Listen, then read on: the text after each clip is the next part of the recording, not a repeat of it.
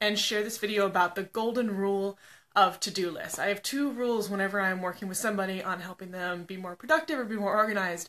The to-do list is a huge part of that, and I always have two very basic rules for the to-do list. And so the first one is make it actionable.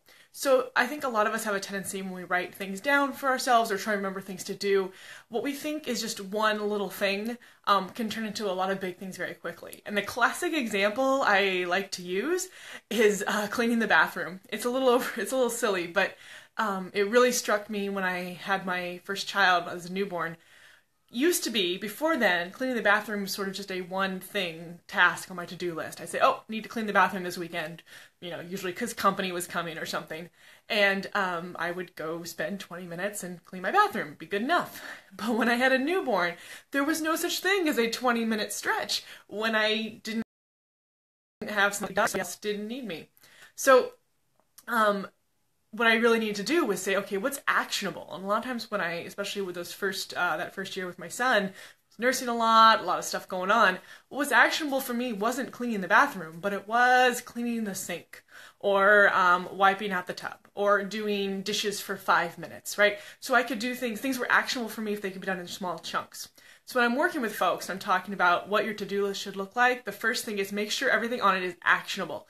Is there a thing on it that you could actually get done and checked off in a reasonable amount of time? So if you have a to-do list, something like, think about retirement planning, that is not actionable. It's a great thought, but it's not actionable. Instead, it should be, look up what a 403B is, or research 3 IRA options, something like that. That's, again, very actionable. You can cross it off the list. Okay, so the golden rules of the to-do list. 1, everything on it should be actionable. It should be something you should actually be able to complete and cross off. 2, make it attainable. And this applies to each item on your to-do list and also your to-do list in general.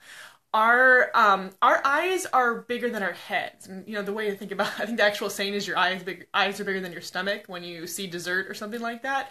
I think that's true in terms of productivity too. Our eyes are bigger than our heads or our capacity. So a lot of times we'll think we'll get a lot of things done, and then we don't, and we get down on ourselves. So I'm always working with folks. If you have a to-do list with 10 things on it, narrow it down to 5. Doesn't mean you get rid of those other 5. Maybe say I'm going to do this a different day or a different week. But actually looking at what you have to do today, whatever you've got listed, subtract 2 or 3. Or get it down to about 60% of what you think you can do. Because then, A, it'll be more attainable. You're more likely to actually get through all the things. And 2, if you get through all the things and then do some others, it's like a bonus. It's a win instead of feeling like you're barely hanging on there.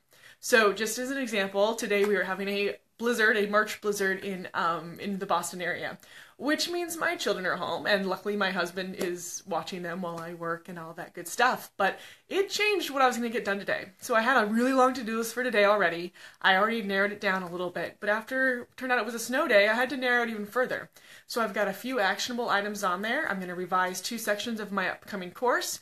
I'm going to upload 3 videos to YouTube. These are some things I have to do. And that's it. If I've got a couple more things I can get done, there's plenty more to do. There's a lot more on my list. But if I get to them, it's a bonus. If I just get those few limited things done, my to-do list feels very attainable, and it's easier for me to get started and get working instead of feeling overwhelmed. So, just to recap, the golden rule of the to-do lists. 1, make sure all the items on there are actionable. 2, make sure all the items on there are attainable. And that'll really help you not only get stuff done, but frankly be able to look at your to-do list as a tool that helps you instead of just makes you feel lousy.